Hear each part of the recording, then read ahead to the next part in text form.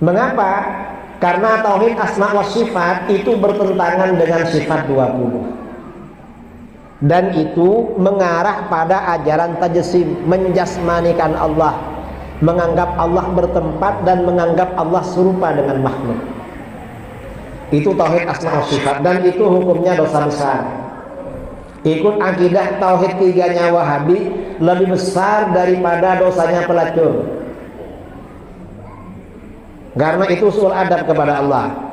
Lalu tauhid rububiyah uluhiyah bahayanya besar. Apa bahayanya? Pertama, orang yang bertauhid rububiyah uluhiyah itu biasanya menganggap umat Islam di luar golongannya lebih kafir daripada orang jahiliyah.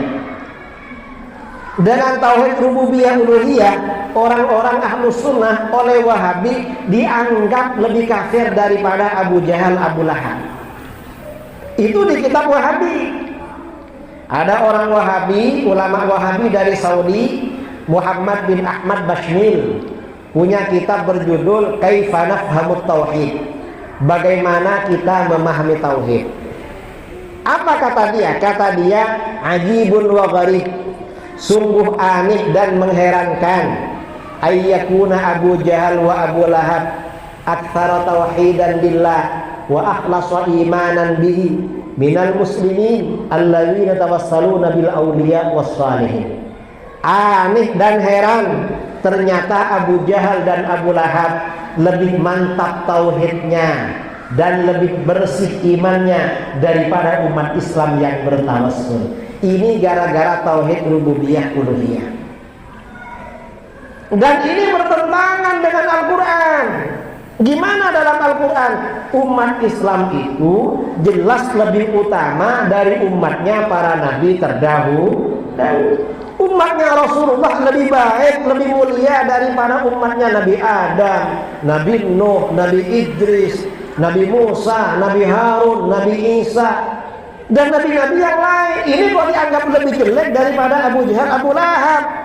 Orang kafir di dalam Al-Quran, dalam keyakinan umat Islam, orang kafir itu derajatnya lebih rendah daripada binatang. Orang kafir gak punya derajat. Ini oleh Wahabi, Abu Jahal dan Abu Lahab dinaikkan derajatnya menjadi orang bertauhid. Saudaranya sendiri umat Islam yang bertawassul diturunkan derajatnya lebih kafir daripada Abu Jahal dan Abu Lahab. Ini ajaran bahaya. Karena mereka ini menganggap umat Islam lebih kafir daripada Abu Jahal, Abu Lahab, maka Wahabi menghalalkan darah umat Islam di luar golongannya. ISIS, dengar namanya ISIS. ISIS itu menganggap berperang di Syria dan Irak dengan membunuh umat Islam itu hukumnya jihad.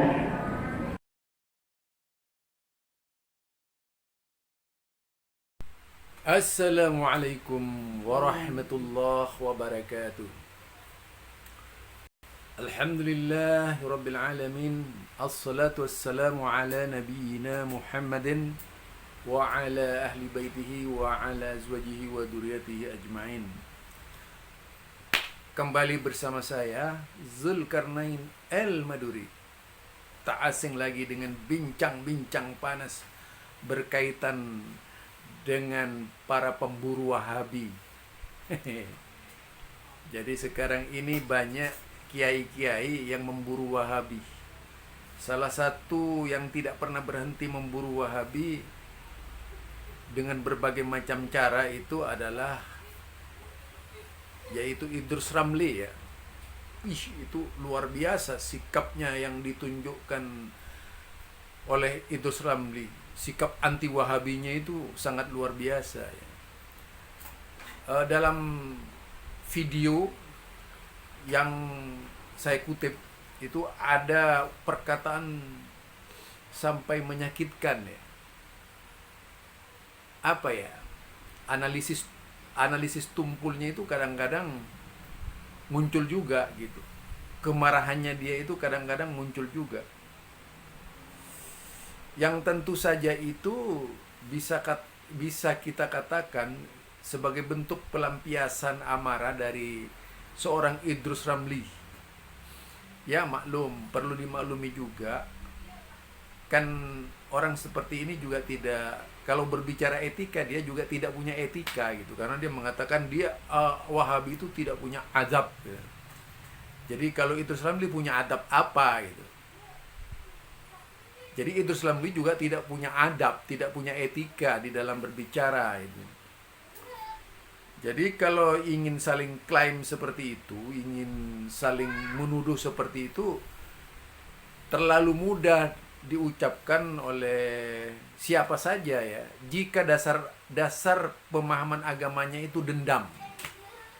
Jadi kalau dasar pemahaman agama yang dipakai itu adalah dendam kusumat, tidak memungkinkan seorang bisa berpikir normal, melainkan berpikir gila, alias tidak normal, abnormal. Ya. Kalau sudah abnormal itu berarti gila, hilang kendali, tak bisa lagi diluruskan, dan terus menerus dalam kebengkokan yang ditunjukkan akrobatik. Pola pikir Idrus Ramli ini sangat akrobatik sekali gitu ya. Bagaimana ketika ada seorang yang dituduh Wahabi itu mengeluarkan perkataan bahwasanya akidah umat Islam ya, yang berwasilah kepada orang-orang soleh yang mati, yaitu dianggap sebagai lebih buruk dari akidahnya, yaitu siapa namanya, Abu Lahab dan Abu Jahal. Lah, Idrus Ramli tersinggung dengan perkataan ini. Tentunya karena tersinggung dengan perkataan ini hingga berbicara melampaui batas, tidak terkontrol, emosinya membludak, terbakar dirinya, rasa ketidaksopannya muncul, lebih parah lagi. Kalau berbicara, kita akan mengatakan apa yang dikatakan Idrus Ramli dalam video itu tadi, mengatakan bahwasanya tauhidnya Wahabi berkaitan dengan asma wa sifat, dosanya itu lebih besar dari pelacur. Woi, luar biasa dia. Jadi menurutnya itu tauhidnya Wahabi asma wa sifat, berkaitan dengan asma wa sifat itu adalah sikap mujassim. Coba kalau berbicara Idrus Ramli ini analisisnya sangat tumpul gitu. Artinya memang otaknya itu tidak bisa berkembang. Otaknya itu mentok pada pemikiran doktrin yang didoktrinkan oleh guru-gurunya gitu. Saya yakin rata-rata itu sama dengan Idrus Ramli itu. Karena Idrus Ramli ini model dari sebuah pendidikan yang salah menurut saya, cara berpikirnya ya. Pertama, saya ingin menunjukkan kesalahan Idrus Ramli. Beberapa kitab yang ditulis ulama-ulama dahulu kala tentang asma wa sifat, seperti Imam Baihaqi menulis kitab namanya Asma wa Sifat. Nah, dengan sendirinya menuduh kitab Asma wa Sifat yang ditulis oleh Imam Baihaqi itu adalah lebih besar dosanya dari pelacur. Yang kedua, yaitu At-Tabari Al-Lilkai. Lah, beliau menulis kitab I'tiqad Ahlus Sunnati wal Jamaah, di dalamnya juga berbicara asma wa sifat.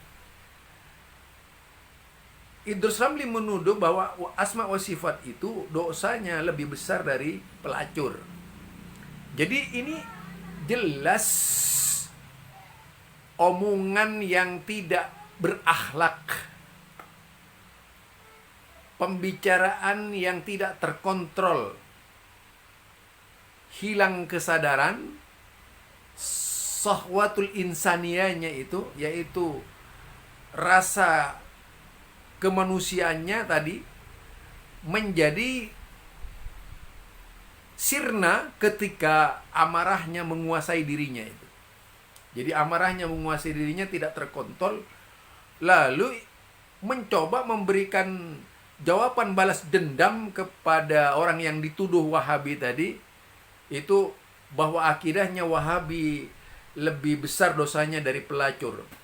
Coba, ini pendidikannya siapa menurut saya? Ini orang yang tidak berpendidikan. Dari caranya berbicara saja tidak menunjukkan bahwa dia itu berpendidikan. Karena tidak bisa menyampaikan dengan baik atau mengkritisi dengan baik. Artinya memang tidak punya argumentasi. Selama ini apa yang dikatakan menurut saya itu hanya klaim. Jadi ada 2 kitab tadi yang memuat asma wa sifat. Apakah mereka semuanya kemudian akan dituduh mujassim? Lah, tidak ada seorang pun Wahabi yang merasa itu tatsim. Di dalam memahami, seorang pun tidak ada yang mengatakan bahwa dirinya itu menganut paham tatsim.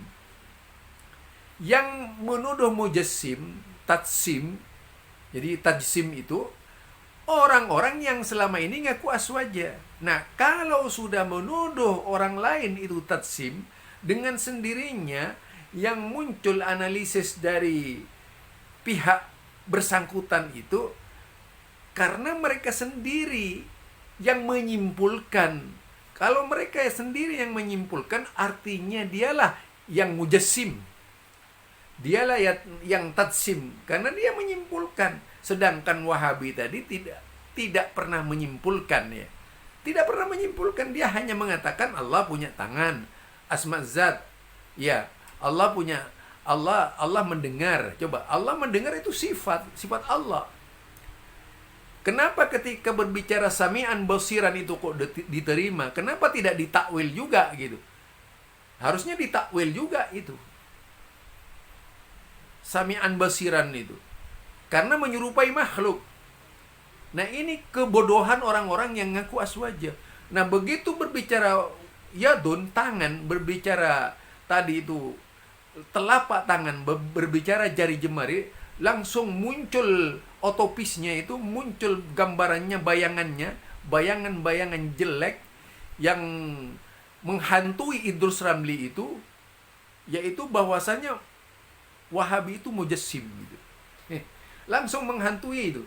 Jadi karena tidak mampu memecahkan lagi otaknya itu, simpul sampai pada suatu kesimpulan bahwasanya Wahabi itu mujassim. Padahal ketika orang-orang yang ngaku aswaja menuduh Wahabi mujassim, itu lebih mujassim. Sementara Wahabi yang dituduh Wahabi tadi sama sekali tidak pernah menggambarkan ketika Allah punya tangan itu seperti manusia. Yang mengatakan Allah punya tangan seperti manusia itu Idrus Ramli. Karena dia yang menggambarkan, menjisimkan. Padahal tidak ada seorang pun dari Wahabi yang menjisimkan. Yang menjisimkan Idrus Ramli sendiri. Dengan CS-nya itu. Berarti memang di dalam memahami agama itu salah. Jadi dikatakan itu apa? Brick thinking. Pemikirannya itu rusak sudah itu. Inilah yang disebut dengan abnormal. Kalau sudah abnormal, tidak memungkinkan seorang bisa berpikir waras. Jadi saya tadi itu menyebutkan ya, kitab-kitab yang memuat itu banyak sekali. Yang tentu saja ketika seorang CS seperti Idrus Ramli itu dengan kelompoknya, dengan grupnya gitu, yang begitu antinya dengan Wahabi, menyimpulkan pendapat dari Wahabi misalnya, menyimpulkan perkataan Wahabi karena menerima sifat istiwa Allah, bersemayam di atas langit dan sebagainya. Kemudian yadullah fauqa aydihim lima khalaqtu biyadai gitu. Nah, karena itu diterima oleh Wahabi dengan sami'na wa ata'na, lalu muncul gambaran yang menghantui Idrus Ramli yang mendatangkan kesimpulan. Jadi seperti hantu itu bagi Idrus Ramli. Lalu Idrus Ramli menyimpulkan itu namanya tatsim karena Wahabi itu menyamakan Allah dengan manusia. Lah, tidak ada kalimat bahwa Wahabi di situ menyamakan Allah dengan manusia. Kalimat itu muncul dari Idrus Ramli sendiri. Berarti yang mujassim, ya, yang lebih dari pelacur itu Idrus Ramli cara berpikirnya. Ini kalau mau dikembalikan ya, saya hanya ingin mengembalikan perkataan Idrus Ramli yang menyebut pelacur tadi. Berarti yang pelacur itu Idrus Ramli cara berpikirnya, melacurkan pemahaman akidah dengan tidak benar gitu. Itu loh kalau mau berbicara berkaitan dengan agama. Jadi kalau cuma ingin menuduh-nuduh supaya muncul kebencian di tengah-tengah masyarakat, itu terlalu gampang. Tetapi kan tidak ilmiah. Tidak menunjuk, yang menggambarkan Anda coba. Yang mengatakan mujassim itu Anda. Sementara Wahabi tidak pernah merasa. Berarti yang mujassim itu yang menuduh tadi. Ya, karena Wahabi tidak pernah merasa begitu dan tidak pernah berpikir melintas seperti itu. Yang pikirannya itu melintas sampai kepada tingkat pemahaman mujassim, itulah yang mujassim sebenarnya.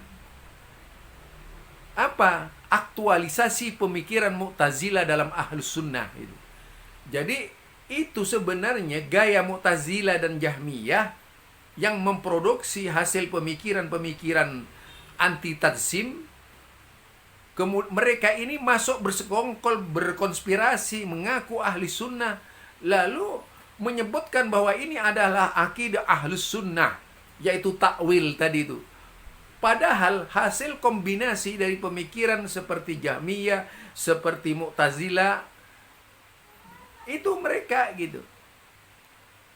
Juga mungkin Rafidhah, seperti itu, sama itu. 3 serangkai. Ngaku-ngaku Ahlus Sunnah wal Jamaah. Sebagai bukti, saya kutipkan lagi perkataannya Abu Hatim ya. Jadi Abu Hatim itu dikatakan tuh alamatul Jahmiyah itu. Yusammuna ahlas sunnati wal jamaah. Alamatnya Jahmiyah, tanda-tandanya orang Jahmiyah itu menamakan Ahlus Sunnati wal Jamaah itu mujassim. Kalau lah sekarang yang teriak-teriak mujassim orang yang ngaku-ngaku Ahlus Sunnah wal Jamaah.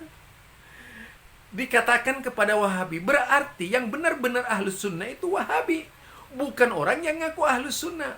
Ini berdasarkan pernyataan Abu Hatim lu. Ilmiah itu. Kemudian Abu Hatim juga mengatakan alamatul Mu'tazilah. Alamatul Mu'tazilah. Yusammuna ahlas sunnati wal jamaah hasyawiyah. Iya. Jadi hasyawiyah ini tekstual dan sebagainya. Lah, yang selalu berbicara begitu juga adalah orang yang ngaku-ngaku Ahlus Sunnah wal Jamaah. Berarti ini bukan Ahlus Sunnah wal Jamaah yang demikian. Jika pendapat ini dilontarkan oleh Idrus Ramli, saya yakinnya bukan, kalau Idrus Ramli bukan Ahlus Sunnah wal Jamaah. Dia Mu'tazilah dan Jahmiyah gitu. Itu loh ya. Kita kalau ambil dari Abu Hatim seperti itu. Karenanya dalam hal ini pemirsa seluruhnya, kalau memang mau berpikir agama, mari kita berpikir agama. Ya.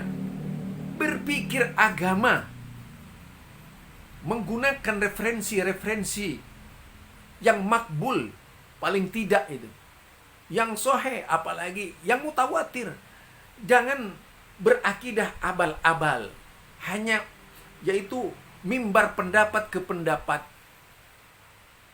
Kalau mimbar pendapat ke pendapat, tentu itu seluruhnya mencerminkan bahwa Anda beragama hanyalah himpunan dari pendapat dan pendapat, bukan himpunan dari dalil ke dalil.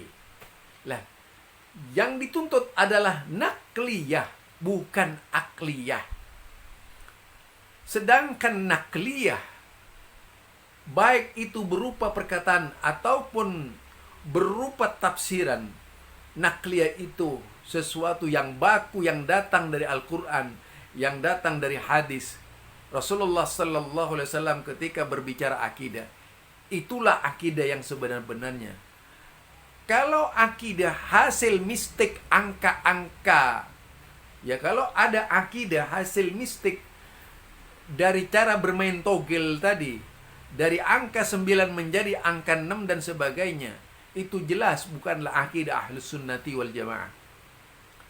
Ahlus Sunnati wal Jamaah itu menerima apa saja yang datang dari Allah dan Rasulnya, makbul terhadap pendapat Allah dan Rasulnya, yaitu perkataan Allah, firman Allah, kalamullah, dan sabda Rasulullah sallallahu alaihi wasallam.